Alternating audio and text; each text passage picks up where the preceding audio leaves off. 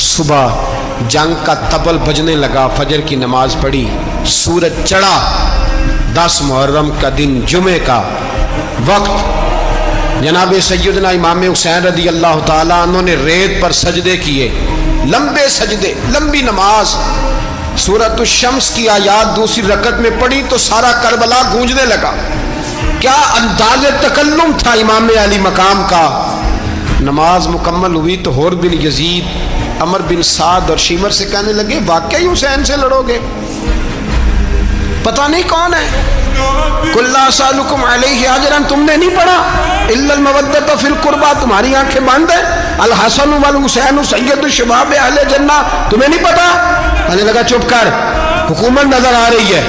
اور بن یزید کہنے لگے پھر میرا بھی فیصلہ سنو، مجھے حکومت نہیں چاہیے، مجھے جنت چاہیے۔ حکومت نہیں چاہیے۔ امام حسین کی پہلی فتح دیکھیں، اور بن یزید ایڑی لگا کے نا یزید کے لشکر سے نکل کے امام حسین کے لشکر میں شامل ہو گیا، اور پہلا شخص جس نے امام حسین کو روکا، امام حسین کے نام پر پہلا سر بھی اسی شخص نے کٹایا ہے۔ لیکن یزید کی قبر پہ لعنت بھی کوئی نہیں برساتا، اس کا محل تھا بہت بڑا، لیکن جب لوگ کربلا میں امام حسین کو سلام کرنے جاتے ہیں تو قدموں میں حور بن یزید کا مزار بھی بنا ہوا ہے، اس کو بھی سلامی دی جاتی ہے۔ اور اب ہم اکیلا حور بن یزید نہیں کہتے، ہم کہتے ہیں حور بن یزید رضی اللہ تعالی۔ اب ہم اتنی تعظیم کرتے ہیں اس حور کی۔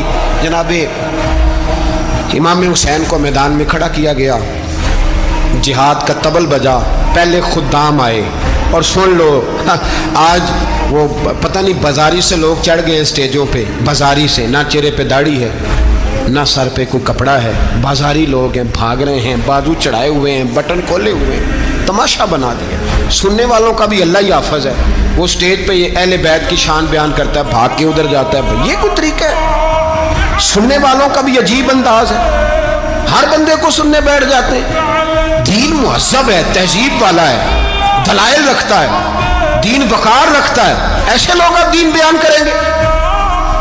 حضرت سیدنا امام حسین رضی اللہ تعالیٰ عنہ صبح جب جہاد کا وقت آیا، پتہ ہے کون کون تھے کربلا میں؟ امام حسین کے ساتھ امام حسین کے 4 بھائی تھے کربلا میں۔ کتنے؟ بول کے بتائیں۔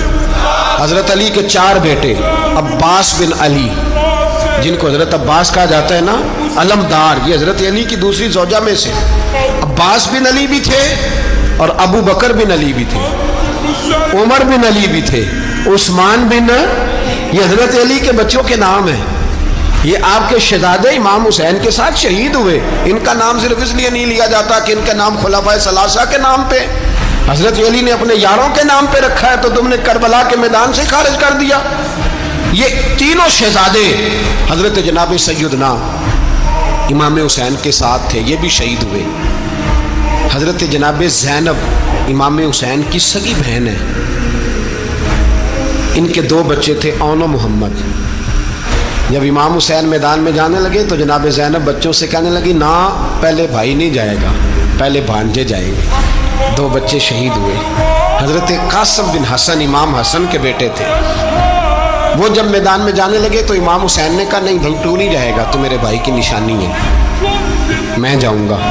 تو حضرت قاسم بن حسن نے ایک تعویذ کھول کے دیا، کہ ابا جی میرے والد نے کہا تھا جب بڑی مشکل آ جائے تو تعویذ کھول کے دیکھنا، تو آج بڑی مشکل آئی ہے تو میں نے تعویذ کھولا ہے، تو یہ دیکھیں کیا لکھا ہے، یہ تو رکا ہے، تعویذ ہے ہی نہیں۔ جب کھول کے دیکھا تو اس پہ لکھا تھا قاسم اگر حسین پہ کوئی کڑا وقت آ جائے تو بیٹھ کے آگے آگے رہنا، اگر کڑا وقت میرے بھائی پہ کبھی آ جائے نا، دیکھنا اس کے آگے آگے چلنا، اسے حسن کی کمی نہ محسوس ہو، پائیاں جہاں ساکھ نہیں کوئی جے وچ خار نہ ہوئے۔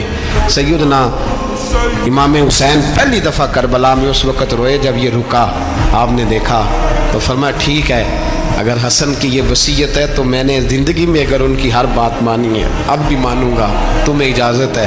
جناب قاسم بن حسن 16 سال کا جوان جب میدان میں نکلے تو ہائے ہائے پتہ نہیں کہاں سے آ گئی ہے۔